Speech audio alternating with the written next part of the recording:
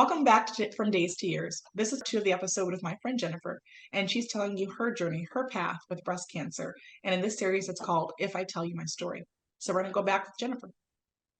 Hey, Hi. welcome back. From the first diagnosis to this one, what's the timeline? Yeah, 2 years, did you say? 3 years? 3 years from diagnosis. It was 2 years from the end of my treatment, right? So, I mean, I basically almost had a full year of treatment. And then 2 years later, which here's the scary thing, right? Because they don't do routine scans. There's all these studies that are like, the prognosis is the same, which I'm like, oh my God, does that mean no matter what, like you gonna die? Like, what does that mean? I don't want to know. But they, unless you have a reason, they don't. And you know what it is? It's insurance. Can we do something about this? So they get the results back. They're positive. We immediately order a bone scan. Well, they order a PET scan, and for whatever reason, like does not want me to have one. So instead of one PET scan, they have to order 3 scans. They order a bone scan, they order a CT of just the head and neck, and then they do a CT of the whole abdomen. And the bone scan was also denied. And when I got the letter from some company, it was like, we are affiliated with Ross. We have a physician who has reviewed your medical records. And in that letter, it says, we deny your bone scan because we have no reason to believe your cancer has returned. What? See, that's the problem. It's the insurance doing the diagnosis rather than the doctors, right? Because it's a money thing. It's horrific. Yeah. And at this point, excuse me, it has already been confirmed. So if you really reviewed my chart or my medical records, then you would see that, and we're not ordering a bone scan because it's fun. We're not surveilling nothing. We need to see where is this cancer besides in my lymph nodes, So that is a big problem. I mean, it's such a big problem. So you had it obviously removed, right? No, they don't. I don't know why. So they don't do that. I had the bone scan. I had the CT scans. The bone scan showed a couple of spots on some ribs. It showed something on the clavicle. It showed something on my T1 vertebrae. The CT scan showed, all these little guys partying hard, that they denied, that I paid out of pocket for. Oh, wow. I paid for that. Yeah. And the beautiful thing is that, my doctor put stat, which means that even if insurance denies it, the hospital has to do it. Oh. So it's like, I didn't have to pay up front for it, but it was like, we will try to sort this out. It doesn't matter. This is an emergency. We have to know what we're dealing with. Right. So sure enough, like a couple of spots on bones, maybe in some soft tissue up in here somewheres, T1. And then the CT showed there's like a whole bunch of little spots in my lungs, but they're smaller than 5 millimeters, which means they cannot biopsy them. And they may not be anything. A lot of people have little nodules in their lungs. And I had a couple of things on my thyroid, which most women of our age do. So it's probably nothing. But the bottom line is that it really, none of that really changes their course of treatment. So basically being stage 4 now, I'm on a new hormone blocker. I get a shot called Lupron every quarter that shuts down my ovaries. I've begged for answers as far as like, should we just remove the ovaries? Like, is there basically they're like, it really doesn't matter. You can do one or the other. But at this point, you can't have surgery unless you stop the targeted therapy pill that you're taking that's trying to kill the cancer cells. So basically, instead of chemo now, I take a pill every day for 21 days, and then I'm off for a week. And that pill is supposed to target cancer cells and keep them from multiplying. So chemo is different because it targets every rapidly dividing cell. That's why you lose your hair. That's why you get ulcers in your stomach, or, you have sores in your mouth and in your esophagus, and all that happens because all those cells rapidly divide, and I don't know if this is true or not, but like for me, it's like if you bite the inside of your lip, right? It heals so fast. Like it heals really fast. All those cells just are rapidly dividing your nails, everything. I mean, when I was going through the last 12 weeks of treatment, I iced my hands and feet I was gonna ask, remember that. I was gonna talk about the that too. whole time because it will kill the tiny little cells and it'll give you neuropathy, right? And some people like have to relearn how to walk. They constantly have like numbness and tingling in their hands and feet, and so like I did everything I could. These are things that like nobody told me to do. Nobody told me to ice my hands and feet. But when I came in there with an ice bucket and a cooler, like they knew what it was, like, and then I mean, I had a plastic bowl from the dollar store and I'm like, sitting there with my hands in it. That's insane. But yeah, so instead of being on chemo, it just targets cancer cells specifically. And then somehow it stops them from reproducing. And so I guess the hope is that not only can it not grow and can it not spread, that my assumption is it's a cell, so it eventually would have to die. Yeah. So that's kind of where we are. We started that treatment in April. I've had 3 sets of scans since then, which show that everything is stable. I don't know if I believe it. I'm sorry, I missed that part. Yeah. You're saying that this process you're going through is the most recent and just happened this year. Yeah, this year. This year. This spring. This year. Wow. Yeah. Yeah. So this year I was diagnosed with stage 4 breast cancer. Because we thought you were done. I was like, what? Yeah. She was done. And She thought she and was it's in the crazy clear. because you would never know it. I don't feel bad. I don't look like I have cancer, but but now, like, I mean, sometimes I feel bad because I'm tired, like the medicine does the same that chemo does. It destroys my white blood cells. So, I can get an infection. I can get sick. If I cut myself, the funny part was like the the first time I cried about this new diagnosis was when I was doing like the patient education for the medicine. And it was like, well, and you can't eat sushi. And I'm like, you can't eat raw food or undercooked meat. Why? The bottom line is I just don't like people telling me what I can and can't do. No one's the last time I ate sushi. I just don't want somebody to tell me that I can't eat sushi. If I want a super crunch roll, eat it. I love me some spicy tuna. I do like spicy tuna. I had it yesterday for dinner. I want to ask you about like how can you be proactive about your post breast cancer world, because you're not getting mammograms. You found this on yourself, at a soccer game, you said, or softball game. Soccer game. Yeah.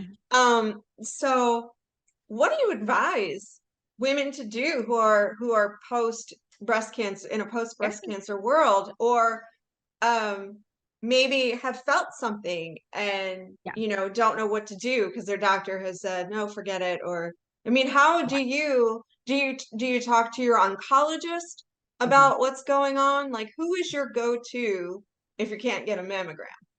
Right. Yeah. So it is 100% my oncologist. And so I guess to answer kind of the firstish part maybe of your question was, you have to be super in tune to your body. And it is bizarre to me that I'm just sitting there like doing this and I felt something. It's really strange to me. I'm super grateful. I'm super thankful because at this point, I mean, it's already on my bones, like it might be in my lungs. Like I didn't even what, So are you at risk for bone cancer now because of this? Well, so here's the thing. When you have breast cancer, it is breast cancer in my bones. So when they did pathology on my neck, it's breast cancer. It's not lymphoma, even though it's in my lymph nodes, right? Um, and if it's in my bones, it's breast cancer. If it's in my lungs, it's gonna be breast cancer. If it's in my liver, it's gonna be breast cancer. Now, Because it started that way? But if they yeah, because Is that's how it what's the spread. markers? It gets in your bloodstream, right? So, and that's why, like they say, stage 4 is not curable. It's just treatable because once it has spread everywhere, there's no way to wrangle it back up. Um, So scary. yeah. So what's the conversations you're having with your kids? Because I know when you said when you were first diagnosed, they were too young, you didn't want to scare them because of the situation with your beloved dog. So Mhm. now in this post world, what's the conversation you're having now? And what are their ages now? They're Yeah, so 10 and now they're my son will turn 9 on Saturday. And my daughter will 2 weeks later, my daughter turns 11. They are well aware that it's cancer. And they also know that not every cancer kills, right? And so um I maintain an extremely positive outlook on cancer, and I tell them that we are fighting it, that we are treating it, and that we're going to do everything possible. Um, but I think my daughter is brilliant, and I know that she knows that, that I may not be around forever. yeah. You Um, yeah, so the kids are aware, and we just keep everything as normal as possible. I mean, sure, there's times in my head where I'm like, I can't believe you're treating me like this. I mean, I have cancer. I think you're definitely a testament to survival. You're just Yeah. a testament to survival and positive outlook and hope, as you said. Yes. Yeah. So I think, do you have women or people in your network that are also survivors that your kids can look to and you can say, well, look, so and so Well, went through yeah. this I mean, as and well. that's what when we learned I was going to have to lose my hair, right? That's when we pointed to a neighbor, and I'm like, look, she's Oh, fine. that's right, the neighbor. Great, and her hair's back and it's beautiful. And since then, too, they know that other people have been diagnosed after me, and somebody's mommy has cancer, and I've kind of been like a mentor, I guess, in a way to a lot of people who have been newly diagnosed. Um, like I'll meet people for coffee and inject some of that humor if I can, and also tell them the things that the doctors don't tell them, like, well, if Yeah. you have type of chemo, you're going to need to ice your hands, and this place is a great place to go get wigs, or you know what I mean? So, Are any these tip. places local to you, or is Yeah. there somewhere that's a national organization that somebody could reach out to find help that There, maybe doesn't go to church or Right. like I mean a lot of people are on Facebook. I don't know if you do social media, but something Oh, yeah. online that they can find. there's lots of Yeah. Facebook groups, and I mean, There's so different many groups. communities have Yeah. certain centers for breast cancer or breast cancer awareness, or there's even stores where you can go and get fitted for different types of bras, and Right. Yeah. And the hospitals do that too. they Yeah. do. They do. Most, Right. and I would imagine that any place that's, like a cancer institute, is going to have those kind of connections. But yeah, most people they send their people to me, right? Like my friend was diagnosed. Can she call you? You know what I mean? And if they want to reach out to me, I'm always available, right? No matter what. Um, and then, whatever resources I have. I mean, I have an email that I've saved because I just use it so much. And I'm like, here's the tips. Here's the Yeah. tips. Here's what you need. Go ahead and get your doctor to prescribe you a tube of lidocaine so that you can put it on your port and you won't feel that thumbtack going into your skin when they access it for chemo. They don't tell you that, and you show up your first day and they ask you if you have lidocaine and you're like, what are you talking about? There's just so many little things that could make, it's the little things, right? That can make it easier and more tolerable that people don't know about. And so like those are the kinds of things that I've tried to share that I learned on Facebook groups, You know, there's so many. There's, you know, cancer as a mother, you know, cancer that, you know, is affecting moms. There's, you know, young women diagnosed with cancer if you were under the age of 45 when you were diagnosed. There's hormone positive cancer. You know, you can join all these groups. Now there's living with stage 4 cancer, you know, and all the subgroups in that, you know, cancer with metastasis to bones, cancer that's, you know, hormone positive stage 4. There's all kinds of groups, and it's wonderful. It's so great to have that ability to connect with other people and to ask questions or to be an encouragement or to receive the encouragement, right? I mean, I wouldn't have known what to do for that major life-changing surgery, right, without those groups. Because when I was going through all of that, there were no in-person support groups. I couldn't go anywhere. I couldn't see anybody face to face, you know? But now, you know, the last leg of this for me right now is, you know, I'm going to get a second opinion, because why not? You know, the first ones were all, you know, like local, but now it's like, well, I mean, if I'm gonna go, like I'm on Google, like top 3 cancer, you know, like where should I go? And you've got, you know, MD Anderson, you've got Sloan Kettering, you've got Mayo My Clinic. mom was diagnosed with cancer, not breast cancer, but pre-COVID, 2020 in January, we were at Oh Sloan wow. Kettering in New York because she went and got 3. She followed Yes. the 3 rule. She went to Florida Cancer Center, she went to Moffitt and Sloan Kettering, and Sloan Kettering is where she had it removed. So I have an appointment in October with Sloan Kettering. Yeah, so we're gonna go. We're gonna, you know, make a fun trip out of it, and we're gonna go see, you know, like A show. Got to go to Broadway. And we've already got our tickets. And, Yes. you know, going to Moulin Rouge. Ooh, very nice. I know, right? And apparently they have these like tables in the front, right? So they have this, they have the regular Like stage. a club.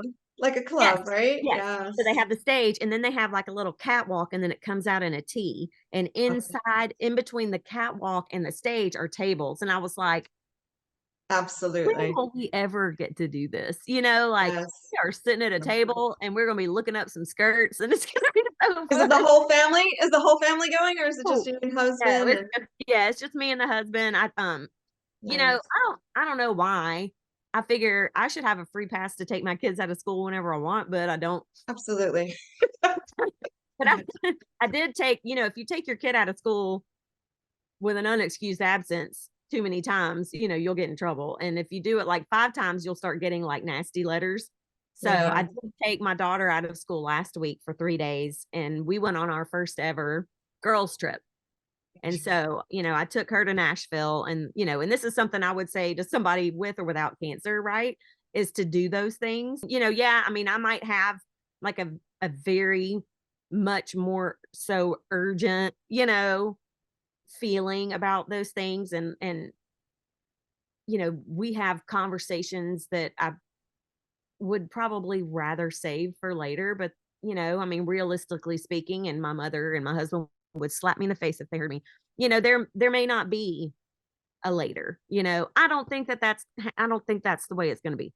I'm just saying, though, to be realistic, Be there realistic. are plenty of people. There are people who die of stage 4 cancer. They die, and they are beautiful, and they are successful, and they are Olivia Newton-Johns, and they are, you know, like the people that you think should live forever. And if they can't live forever, then why would I live forever? Like, come on. So, yes, like the perspective that I have is precious. It's precious, and it helps me to be a better mother, and it helps me to be a better wife. It helps me to be a better daughter and a better friend. Um, I could be better at all of those things. I could be so much better. We all could.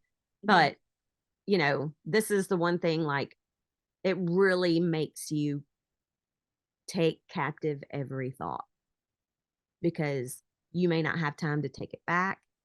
You know, you may not have time to create that experience later, you know? So, I mean, I wouldn't trade it for anything. So like the trip that my daughter and I just went on was epic. It was epic.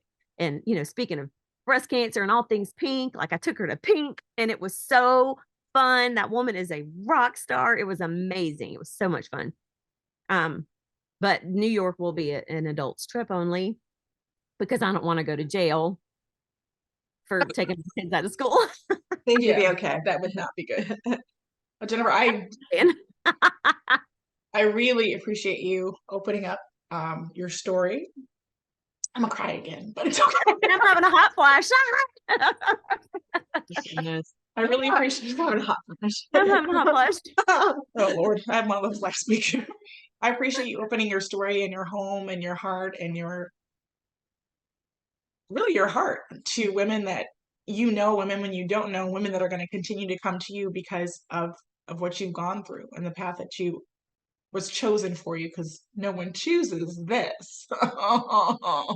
And I continue to, because again, on our show, we don't talk about necessarily religion, but your path is your path. And on your path, is Christianity. And I'm also a Christian. So my family will continue to pray for you and reach out to you because you're my friend and I love you dearly.